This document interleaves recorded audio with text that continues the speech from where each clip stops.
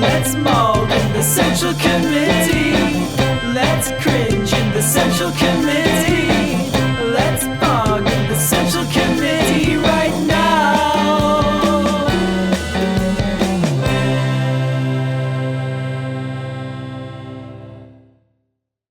Welcome to the Central Committee show. My name's Mike from PA. Everyone, this is David Sirota, and you all know who this is. Everybody on my show knows who you are. There's no doubt about that. But I'm going to give a quick bio, and you can correct me, David. But you are a political commentator, and you are a nationally syndicated newspaper columnist, political spokesperson, blogger. And I know you most from your vituperative comments on Twitter and your work as a Bernie Sanders presidential campaign advisor and speechwriter. And actually, I'm very involved in state legislative politics. And so I knew, and I've been following your wife's campaign successfully to run and win in Colorado for the state legislature. So that's really exciting. And I also know that you're a Pennsylvania guy, right? I am. From my neck of the woods. You're from Montgomery County, if I remember correctly. And so we might have a lot of the similar overlap with. Where do you live? I live up in the Lehigh Valley now. Okay.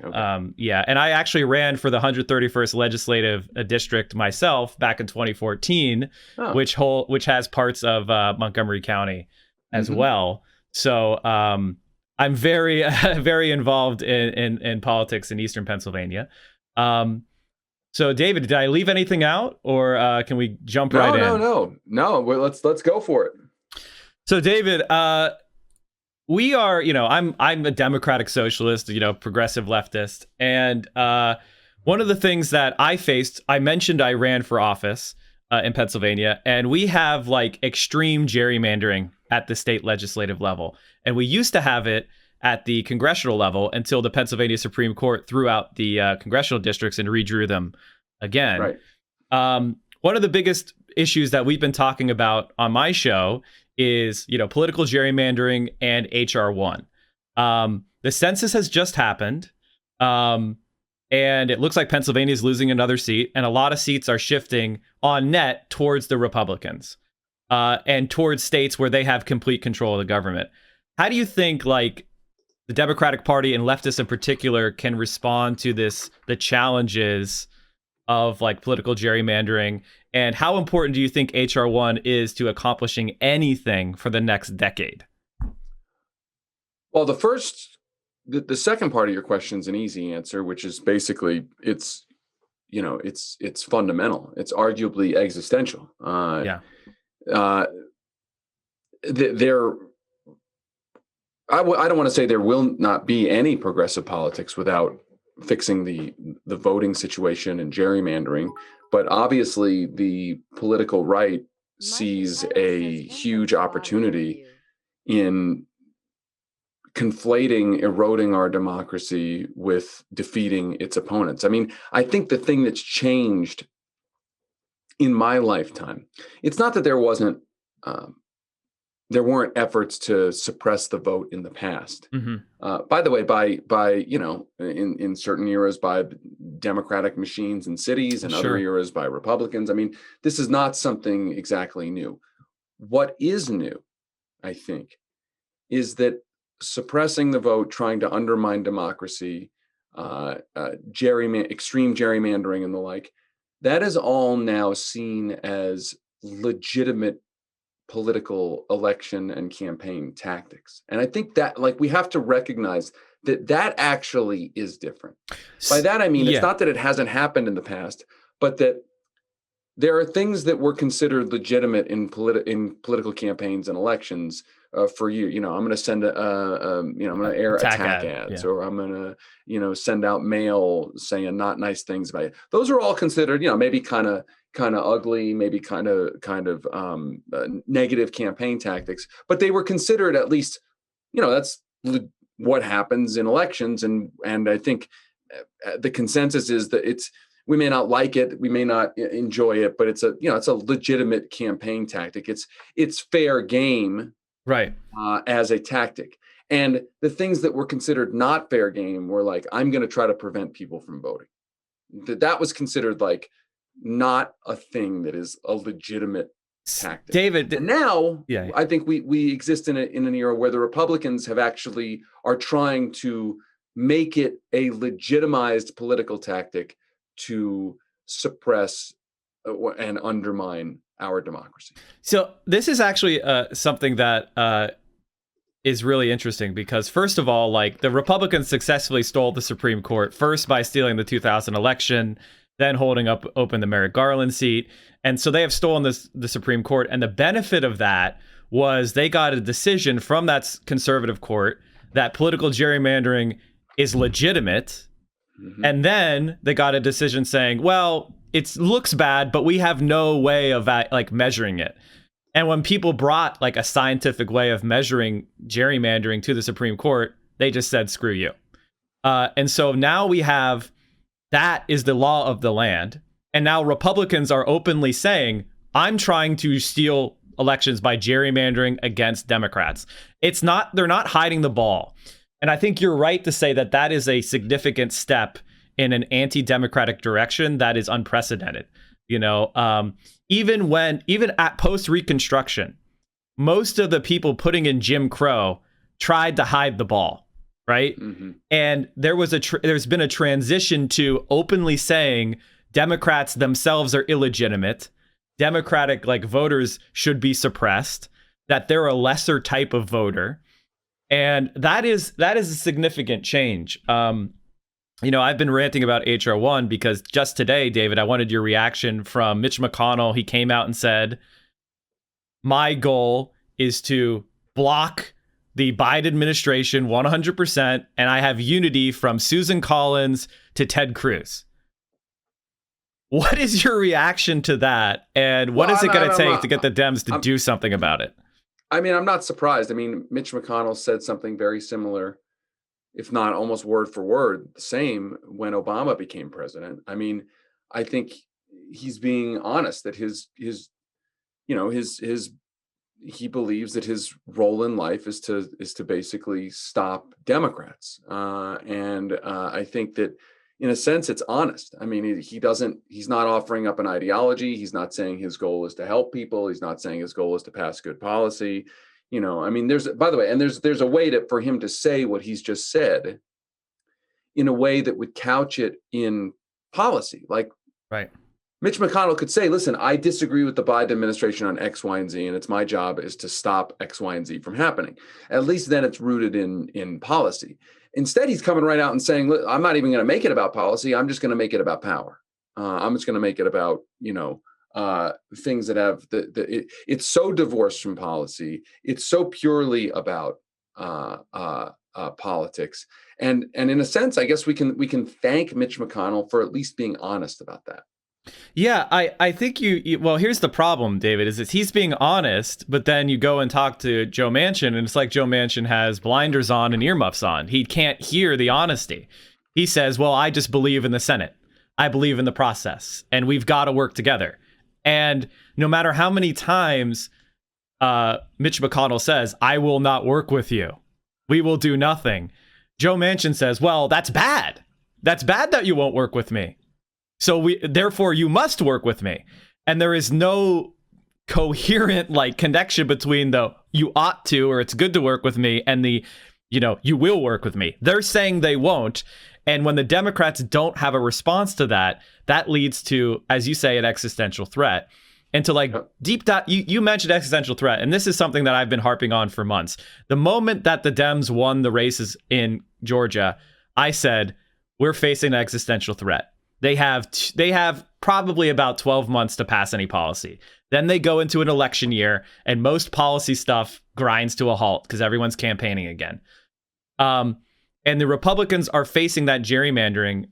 And, outside of a couple races in the Senate, in the long run, the Senate tilts towards the Republicans.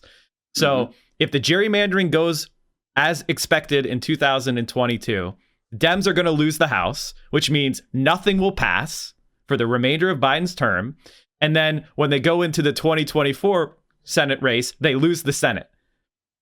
how can we ever really pass policy legislatively facing that reality? Well, I mean, Or you do disagree with me? I mean, which is fine. fine. I think the House, I think the House is retaining the House is going to be a very difficult thing for Democrats. I think retaining the Senate is going to be very difficult, unless the Democrats, for instance, actually follow through on DC statehood and Puerto Rican statehood potentially. I think I'm not sure that they're thinking that hard about it. I don't know if they're deluded. I don't know if maybe they don't care as much as perhaps we care. I mean, I think they do. There's just no way around it. I mean, I think short of actually legislating things, I mean, obviously this is why Biden using executive authority in the way he could is so important, because you don't need to actually use the legislative branch. And there are many things that he can be doing that he hasn't done. And he hasn't canceled student debt. He hasn't even canceled student debt to what he promised he would cancel student debt to. I know he doesn't want to go as far as some Democrats in Congress, but he hasn't done, he hasn't canceled student debt in the way that he could right now. I could go through a list of things he could do. So all of these things are interrelated. You don't pass HR1, you make it hard. You don't do DC statehood. You don't do Puerto Rico statehood. You make it harder to retain Congress, and not just. This is not just a partisan thing. You make it harder for fair elections and democracy to actually happen, which then means it's harder for the public to have its will expressed in policy, which means ultimately you have minority rule. And all of these things are interrelated. And so when somebody like Joe Manchin says that he's, not for DC statehood, that is basically Joe Manchin. It's not just he's not for democratic control, is what he's saying. I mean, he's not for. I would argue he ultimately. It's if you take a 50,000-foot view on it, he's not for small d democratic reforms that would allow what the majority of the public wants to happen. That all of these things. Now, I'm not talking about big D Democratic Party. I'm talking about small d Republican, small r Republican expression of what the public wants. I know there are folks that, it's not a democracy. The public's not, tyranny of the majority, all that stuff, right? We have a Republican. We should have tyranny of the minority instead, I guess. Right, exactly. I mean, that's right. I mean, so the choice is we can have actual functioning small r Republican democracy, representative democracy, where the public's will has a chance of being expressed in policy, or we can have a tyranny of the minority. And I think the Republicans clearly want a tyranny of the minority. Well, I think this is actually something. There's a book chat that I recommend because we got a lot of book readers called Democracy in Chains by Nancy McLean. Mm-hmm. And she talks about James Buchanan's setting up the think tanks of the new right, the post Brown versus Board education, the libertarian turn away from explicit discrimination towards like implicit discrimination. And their goal was to stop democratic policy in favor of, these the property rights, aka rule by the rich, the oligarchy. And it seems to me that the Republican Party has actually openly transformed into that. And they're also building a cadre of voters that support that, authoritarian, anti-democratic voters. Their training and their messaging to their voters is democracy is bad, majority rule is bad. And like, I think that is kind of what makes me very concerned about the future of the country, to be quite honest with you, is I don't understand how you have continued stability such as we have with that kind of politics. One side literally just delegitimizing the other side completely, and the other side incapable of even exercising power when they have it. Seems to me that ends up somewhere very bad very soon. Oh, I absolutely agree. And I think that, I think that we've dodged, in some ways, a political bullet with obviously the election of the removal really of Trump so that was, obviously a kind of a stay. I think that the government being forced to spend significant amounts of resources to effectively float the economy has also kind of pushed off a potential political crisis. But I fear, the thing that I fear most is that the economy craters. The Republicans want minority rule. The Democrats don't really deliver. Aren't willing to fight back, aren't willing to deliver what needs to be done for working people.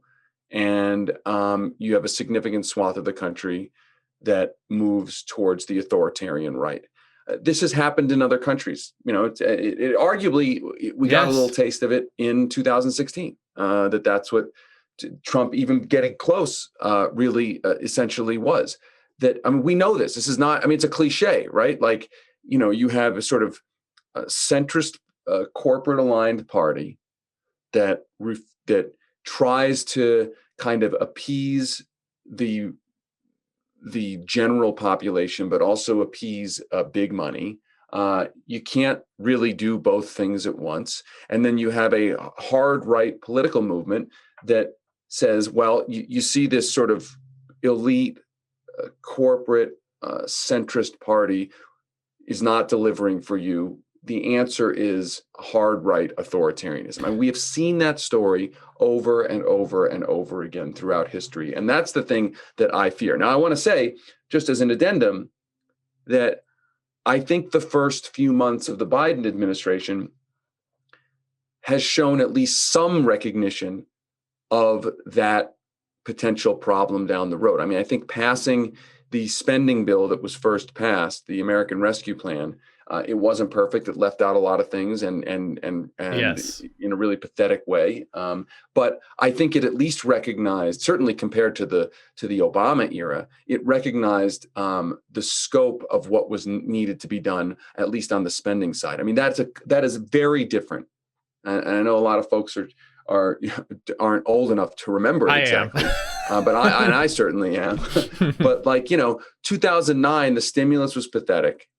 The response to the financial crisis was pathetic. And I would argue that the pathetic responses to the economic crisis, the financial crisis, helped create the conditions for the Tea Party and then for Donald Trump. And if that gets replayed again, I think there's a chance we get somebody worse than Trump. And that's my fear. I feel like we're already on that path. Like, I hate to be a doomer because I agree with you, actually. I'm one of those people, I ran for office in 2014. So the idea of my political horizons have obviously changed. I ran as progressive as you could be back then. But democratic socialism wasn't really even a conversation that we were having back then. I was fighting hard for the 10-10 minimum wage. The fight for 15 had just started. And here we are now, and we have a Democratic Party that has two incoherent, irreconcilable camps. And I know that you have faced this in your own life, and I'll tell a quick story, chat. When I helped someone run in 2018 who was supported by, Progressive Change Campaign Committee, Our Revolution, they were running against a member of Republican leadership in the Pennsylvania State Senate in a Democratic seat that went towards Hillary. And we had all these national endorsements. He was a veteran, small business owner, progressive, but he supported Medicare for all. And when we went into, the state Democratic Party, the SDCC, these other organizations, they said he was too far left and they weren't going to support him. And even though he raised $600,000 as a state Senate candidate with the grassroots, he had hundreds of volunteers. We had polling showing him winning by a point. They continually shat on our race and pulled every lever they could to try to block him. The Republicans ended up spending over $1.5 million in that state Senate race, which is an unbelievable number. And they did it to help defeat him. And he wasn't the only candidate that the Pennsylvania centrists were trying to beat. Bob Wallace in PA1. That was another person that they did everything they could to undermined. The AFL-CIO ended up endorsing his Republican opponent, Brian Fitzpatrick. And I have seen it time and time and time again, in Maryland, if you're from there, the Ben Jealous race, or you have the race for governor in Vermont. You have, example after example, Kara Eastman out there in Nebraska of the Democrats and the centrists, not only not fighting the Republicans, but actively trying to defeat progressive candidates that do make it out of the primary. How do we reconcile with the fact that the unity is one way? They're more comfortable punching left and trying to undermine progressive candidates. We all saw it with Bernie Sanders and the centrist Voltron. How do we move beyond that? How do we, as a leftist organizations, how do we push past that? Well, I think the first and foremost is to recognize that the dynamic you've just laid out is always going to exist. I mean, it's just not going away. It's not going to go True. away. That the establishment machine of the Democratic Party is always going to, at best, look skeptically on the progressive wing, and actively try to beat them. More realistically, actively try to undermine it. I mean, that's a dynamic that's just, probably not going away. And what it means is that progressive candidates, progressive lobbying efforts, progressive movement building has to do things twice as well to have a chance to compete. When my wife, for instance, ran for state legislature against an incumbent in the primary, we knew that she was going to have to basically do things twice as well to even have a chance to compete. So, I don't think there's any easy answer to exactly how to do things twice as well, but it's just like, don't think it's an even playing field. It's not an even playing field. Like, don't expect it to be an even playing field. Run like you're 10 points down. It's a cliche, but run like you're 10 points down, even if you're actually 10 points ahead, because they're going to come for you. Right. Yeah. So I think this dovetails to another question I wanted to talk to you about, which is, how do we build a coherent and effective left media? And I know that we've been involved in some of the, controversies on the Twitter left recently with the force the vote babble and the people that supported that, abortive movement.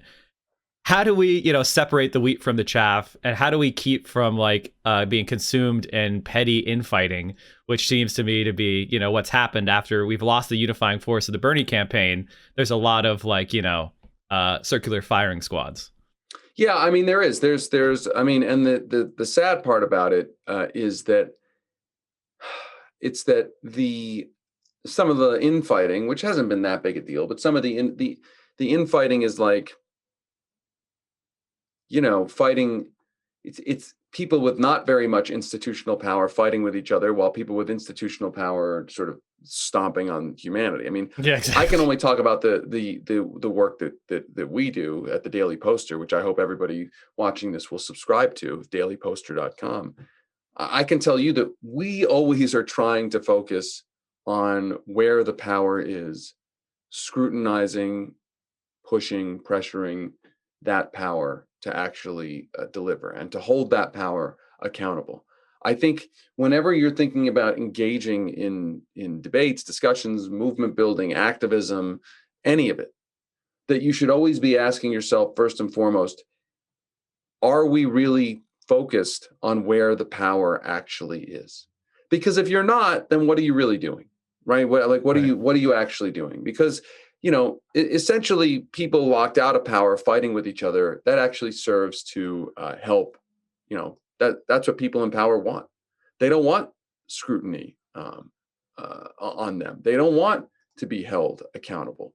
They want, whether it's on economic policy, they want, economically dislocated people fighting with each other, whether over, social issues or race or anything else. They want sets of disenfranchised groups fighting with each other while the ruling class gets to rule. That helps the ruling class rule. Right. And it's the same thing in political organizing. The center of the Democratic Party wants the left fighting with itself, so that the center of the Democratic Party, the corporate-friendly center of the Democratic Party, gets to do whatever it wants. And so anytime you're engaging in activism, you should be asking, is this activism, is this organizing, is my time being spent focused on where the real power is, or is my time being spent trying to settle scores among people who are locked out of power? And if Right. it's the latter, then you should think twice about, like, is this a really a good use of my time?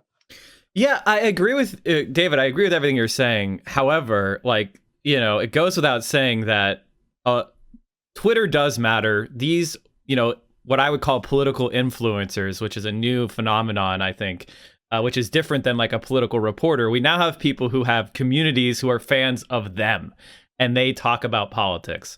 And a lot of them are engaged in what I would just say is purely destructive behavior. And they have a lot of people that could be politically engaged who are now absorbed in these kind of like what amounts to smear campaigns and towards leaders on the left. And do we have a like, what do you think is the best way of like handling that? One of the strengths that they, people like Bernie Sanders and AOC have is their grassroots support, is the fact that they can go around media gatekeepers and go and talk to a huge audience of people, and then not only get, support online, but get volunteers to show up, get money in accounts, which is something that our grassroots candidates in the past have had trouble with. AOC and social media and the online left are providing us an alternate path. So that's really important. So how do we handle like these people going forward? And do you have any thoughts on on that phenomenon itself, the idea? These people being who? The political influencers. I don't know, like a Jimmy Dore, not to call someone out specifically, but who basically spends most of their time, AOC is a sellout, Bernie is a sellout. They're not working for you. They're in the pockets of the DNC. They're, or the Ryan Knights of the world. They're all sheepdogging. The DSA is sheepdogging you into the corporate Democratic elite. You asked for names, David. This is your own fault. Like, how do you think we respond to that kind of rhetoric? And, are they really just irrelevant and they should be ignored? Well, no, I mean, I don't want to say that anybody should be ignored. But I would say this. I would just say that, like, if people are making compelling arguments, then I mean, in theory, their arguments will rise or fall. I don't find it to be a particularly compelling argument that, AOC is a nefarious sellout. I mean, I don't agree with AOC on everything, right? I don't. Me neither. But I think it's a somewhat high bar to say that somebody like her is corrupt or selling out. And I'm always looking for, frankly, the receipts. Right. Because that's what I'm a journalist. So if you want to show me that AOC got money from some industry and decided to do one thing or decided not to do another thing, I mean, I'm interested in that. As a journalist, I'm really interested in that. But if you want to say that AOC disagrees with you on a particular tactic, and that means that AOC is not just having a disagreement with you, but that AOC or anybody, it doesn't mean to be AOC, but that person is corrupt and is lying and is selling out. I just think that's too far. That's too much, right? I mean, Right. If you don't have the goods, if you can't prove that, then I just think it's not. That's not okay. I mean, I think that the squad, the progressive caucus in the House, I think they've been in some ways pretty weak on some of these battles. But I don't necessarily think that means they've sold out. Like, I don't think it means they're corrupt. I think they've been somewhat weak. I think they have a different theory of how things change. I think their theory is wrong. But I'm not willing to say, most of them are, corrupt or selling out or nefarious. I mean, I will say, I think on something like the so-called SALT tax deductions, which is kind of an esoteric issue, but it's the Trump rescinded. He was trying to punish blue states. He rescinded the laws that allow people to deduct all of the state and local taxes that they pay. Repealing that is actually a more regressive policy than Donald Trump's own tax cuts. And I think the progressive legislators who are not just saying they may support that, these are blue state progressive lawmakers, but the progressive lawmakers who are leading that fight, I don't want to say they're corrupt, but I do believe that they are overly sensitive to, in a problematic way, overly sensitive to their very wealthy donors. And that's pretty pathetic.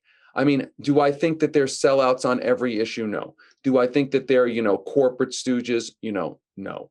I think that there's a different level, a different threshold when you disagree with allies, people who you can generally, think are allies. I think you can have disagreements. You can think they're being weak. I think it's a different, you're kind of crossing a line when you accuse them of being nefariously corrupt. The burden is on you to really prove that allegation.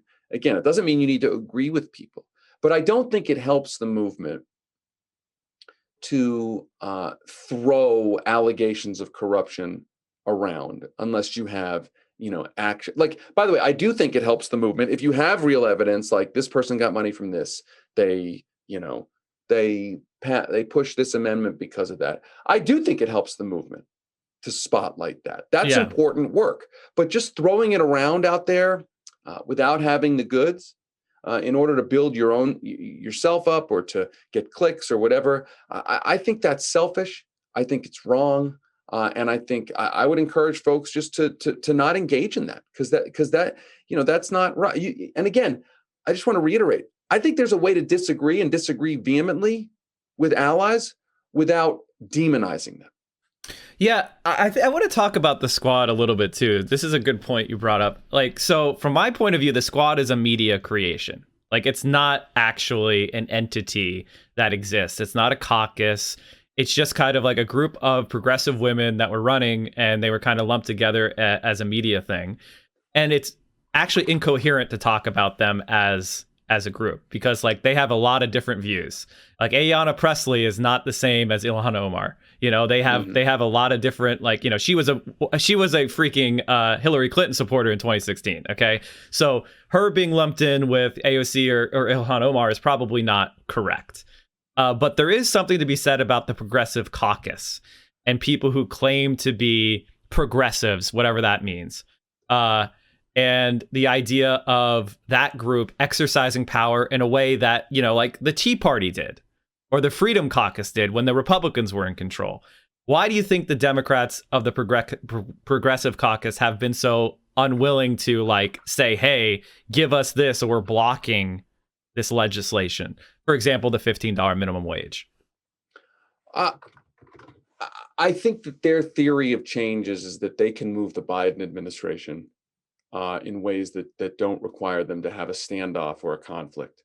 I think essentially they're conflict averse. I think it's the wrong theory. I've said that. I think the only way to get Biden to engage on something like the minimum wage, to actually use his real power as the president, to actually push members of the Democratic Party to support it, is to actually threaten to withhold your votes. And the right wing of the Democratic Party understands this. They do that. We just talked about the SALT tax cut stuff. The right wing of the Democratic Party is threatening to withhold its votes. The House members on the corporate right wing of the Democratic Party are threatening to withhold their votes on infrastructure any tax bill. Yeah. Unless it has a SALT repeal. They understand that that's the way to actually get things done, that they're in a legislature in which the only thing ultimately that matters, especially in a narrowly divided legislature, is vote counting. That's using power. And I think at the most charitable view, I think, of the Congressional Progressive Caucus is that the members have a different view of how to use power. Oh, we can get the Biden administration to support this behind the scenes. And I just disagree with that. And I've worked on Capitol Hill. I've done a lot of work in politics. So I just think that's fundamentally flawed. And I think the more, the less charitable view of it is that politicians come up with seemingly legitimate rationales to avoid conflict because conflict is uncomfortable. And so the Congressional Progressive Caucus member may think, we have a better shot of getting something like the minimum wage done if we don't have a full direct conflict with the Biden administration. But actually, that rationale itself is not only flawed, but helps them feel good about not having an uncomfortable conflict right. that they don't want to have, because having conflict isn't comfortable. But my point is that on some of these things, you're going to need to have a conflict. I mean, that's the way power works. Yeah, David, I couldn't agree more. What's really a fact that I kind of reiterate is the last time we raised the minimum wage federally was the law has George W. Bush's signature on it. We had 8 years of Barack Obama with no minimum wage increase, including a period of time where he had 60 senators and a massive majority in the House. And so the Democratic Party is not associated with minimum wage increases for the everyday American because they aren't. It's ancient history the last time a Democratic president raised the minimum wage.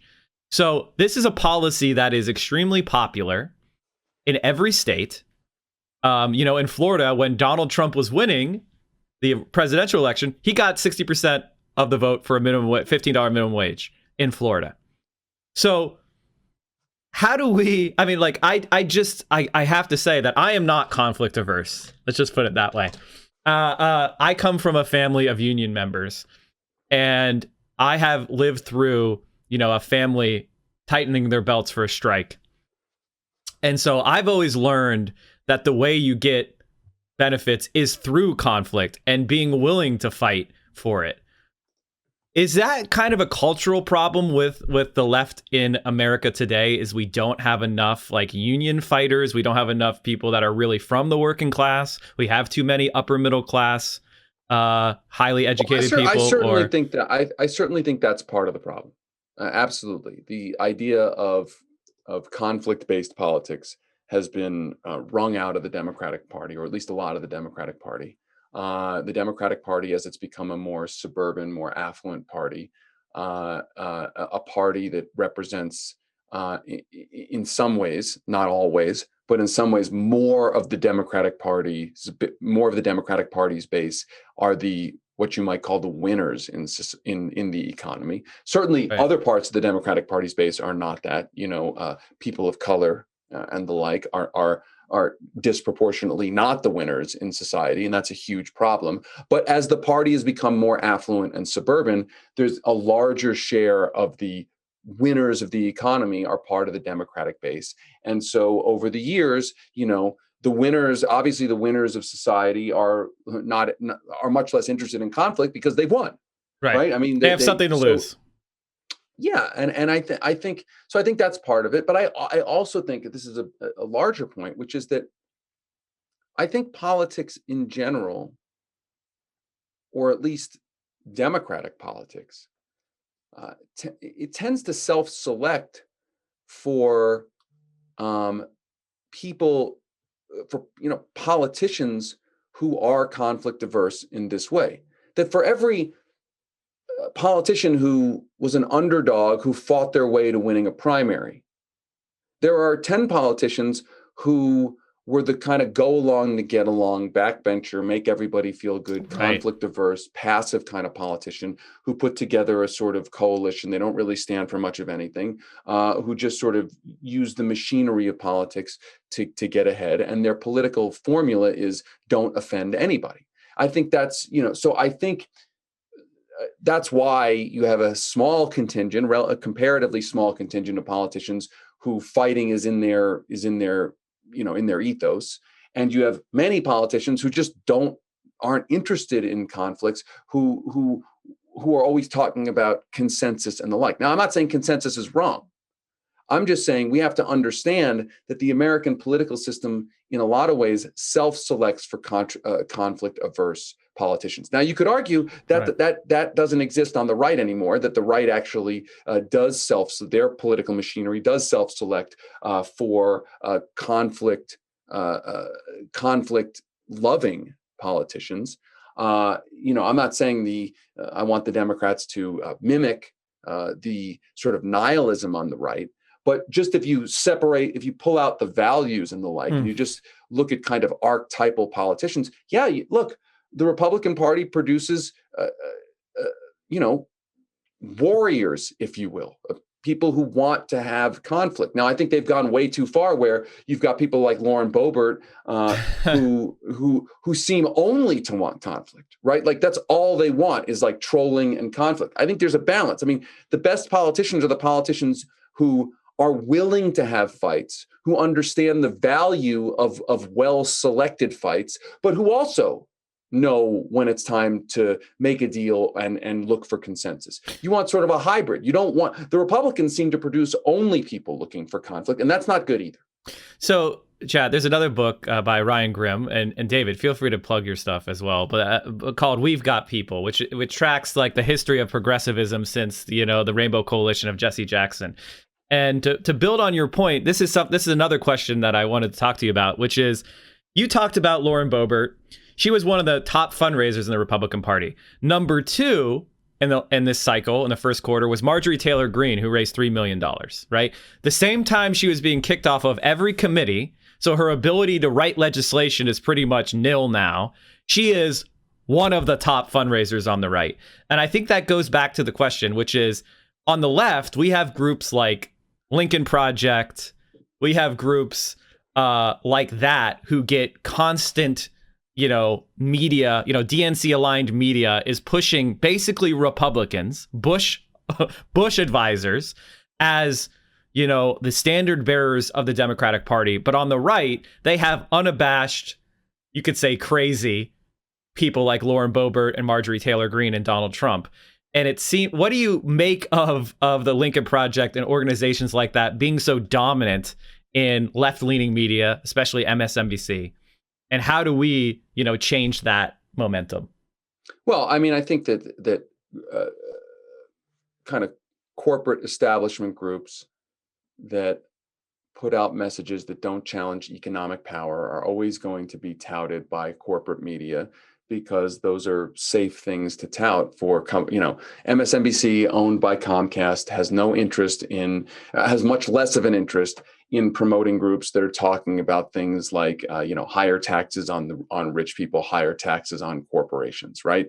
I mean, I don't think it's not a direct conspiracy theory here. I don't think Comcast executives are reaching into, editorial meetings and saying more Noam Chomsky, filters. Yeah, it's just like people know who they work for, right? Like people know who they answer to. They know, I mean, that's just the way of the world. So I think that's why you're always going to have groups. Last year was the Lincoln Project. Next year it'll be some other, group that puts out bombastic messages, but the messages that don't actually challenge economic power, right? I mean, that is the corporate aligned establishment of the Democratic Party is always going to promote those groups because those groups don't fundamentally challenge much of anything. I think, David, the other thing about it is not only do they not challenge power, they don't work. Like it's not a politically effective message. I know that there's testing that's been done. I don't know if you were involved in that or not, but there were other groups in the Democratic coalition who tested the Lincoln Project's messaging. That was our story. Yes, exactly. That was your story. The Daily Poster broke that story open, which was about that they tested the Lincoln Project's ads, and a lot of their ads were among the most ineffective ads of the election cycle. Yet they raised tens of millions of dollars. Right. I mean, look, I don't want to get too deep on the Lincoln Project. I don't think the Lincoln Project was a project whose mission was to actually win elections. I think their project was a predatory project to essentially get already decided liberals in the election to give them money to enrich consultants. And they produced ads to do that. They did not really produce ads designed to actually swing voters to help win the election. I think that was so they were grift. Clear. I mean, if you want to, sure. I mean, I think I think it's indisputable that they were a business with a business model, and their business was generating a lot of money for themselves. Their business was not winning elections. Yeah. Well, I think that's a big problem because, I continue to see this happening again. It's like the Liz Cheney story. This is something that the Liz Cheney story, that's popping up right now. I want David, if you still have the time, to talk about how that is now the major story in the mainstream corporate media is like Liz Cheney being pushed out of leadership. And they're creating this idea that there's a fight between moderate Republicans and these extremist Trump Republicans. And from my point of view, David, and correct me if I'm wrong, there is no fight. The Republican Party is the Trump Party, Mitch McConnell, none of them have any interest in fighting with that. And Liz Cheney is a fringe nobody who will lose her primary in Wyoming in the next election. Yeah, I don't want to make election predictions. I mean, my take on the Liz Cheney thing is that that the so-called Overton window, for folks who don't know that theory, the Overton window is what's considered the realm of the possible and how it moves, right? So that, like, you know, in the New Deal era, the Overton window was shifted to the government can actually do things and can spend money and help the economy. And then, you know, the Overton window in the modern era has been moving to the right for a very long time. You know, what is possible, what's not possible, keeps moving to the right. And I think within the Republican Party, the Overton window continues to move. Really, I don't even know if you call it to the right, to the essentially to fascist, authoritarian, nihilism, right? Because Liz Cheney is kind of an illustration of that.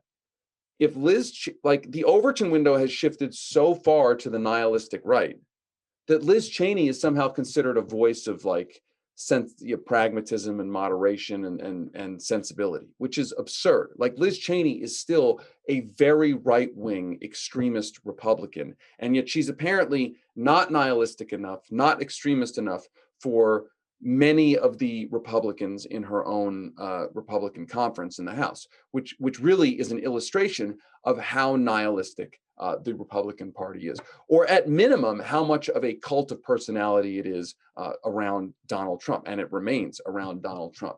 Either way, you know, what I fear, or what I think is pathetic, is this idea that this whole episode portrays Liz Cheney as somehow moderate, or, you know, palatable, or the sort of centrist. That's ridiculous. It's absurd. Well, that's that's why I brought up the Lincoln Project, David, because that's what's happening. Is like, now there's a group from Adam Kinzinger, I think is his name. I think he's out of Illinois. Maybe someone correct me, but he's a far right psycho, and now he's set up a PAC and raising money to defend these, moderate Republicans who voted, for the January 6th stuff.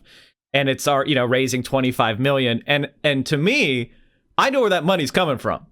That's liberals. Yeah. That is MSNBC watchers. That is people that might have given to MoveOn.org or something. Instead, they're giving their money to Liz Cheney. And this is the Bush administration who says we make our own reality. The nihilism is directly traced from them. That is the Overton window moving to the right, and we're sort of affluent, self-identified liberals who, are the winners of society, relatively speaking. They're not billionaires, but they're essentially the winners of the society. Some of them are going to be okay with Liz Cheney, right? I mean, some of them are they're fine with the Lincoln Project. They're fine with, the fact that, the Lincoln Project folks were all Republicans who created so many disasters in our country. It just doesn't really bother them. And that is a significant problem for not the Democratic Party. It's actually not a problem for the Democratic Party as an institution. It's a problem for the progressive movement as distinct from the Democratic Party. Yes. Absolutely. Well, Dave, I think we have like 5 more minutes for the hour, which is what we originally agreed to do. Is there any projects that you're working on or issues that are popped up right now that you think we should be focusing on? And feel free to plug anything you're working on right now. Sure. Well, I hope, first and foremost, I hope people check our new website. We actually launched it today, the Daily Poster. You can find it at dailyposter.com. We are a grassroots funded media organization, and we've been breaking. We do real journalism, not just opinion. We do real, original reporting. We've broken stories, and we broke a story this week on the minimum wage. We've broke stories last week on Joe Manchin talking to corporate lobbyists on things. I mean, I could go through. But yeah, it's so. Our job our work is about uncovering things that politicians don't want to be uncovered, and by the way, in both parties. So I would encourage folks to go to our website right now, dailyposter.com, become a subscriber. You can become a free subscriber. I hope you'll become a supporting subscriber. But get yourself on the list. I mean, we do reporting every day.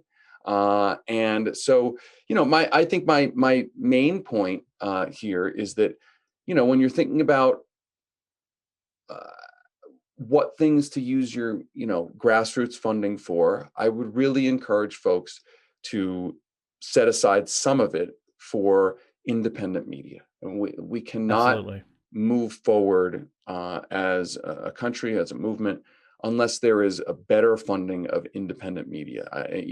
It's just I could go into why. I mean, if this country's if the progressive movement's major source of information are outlets like MSNBC, like that's not going to be much of a movement. I mean, it maybe in the short term it's fine, and I know people who are on MSNBC, and I'm not picking on them, who are good people, but a Comcast-led media outlet is not going to be an outlet that actually uh, moves the country for the real kinds of changes that need to be made. So whether it's the Daily Poster or another outlet, save at least some of your activism budget for grassroots media. And one way I'll tell you to think about it is, if, in a country where people are willing to spend 100, 150, 200 bucks a month on cable TV garbage,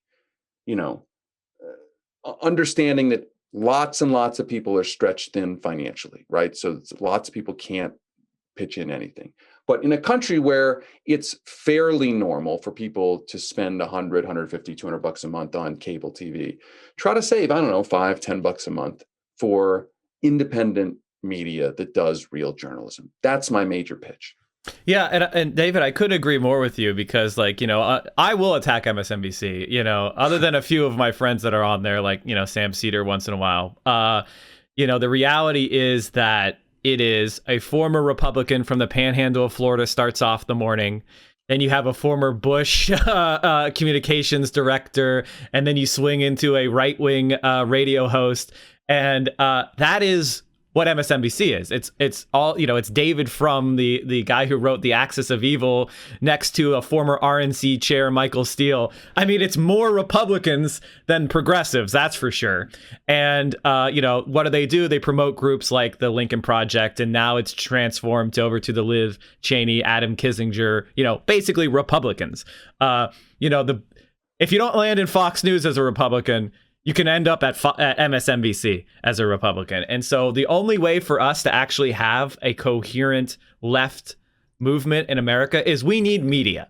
We need voices. We need influential organizations. And I think organizations like the Daily Poster, and, if I could be so humble, chat, the Central Committee stream, giving a perspective of people that are actual journalists with political experience, and to separate ourselves from some of the competitors, people who, are involved in politics and know how have a coherent theory of change. You need to support organizations like that. And I'm going to sign up for the Daily Poster.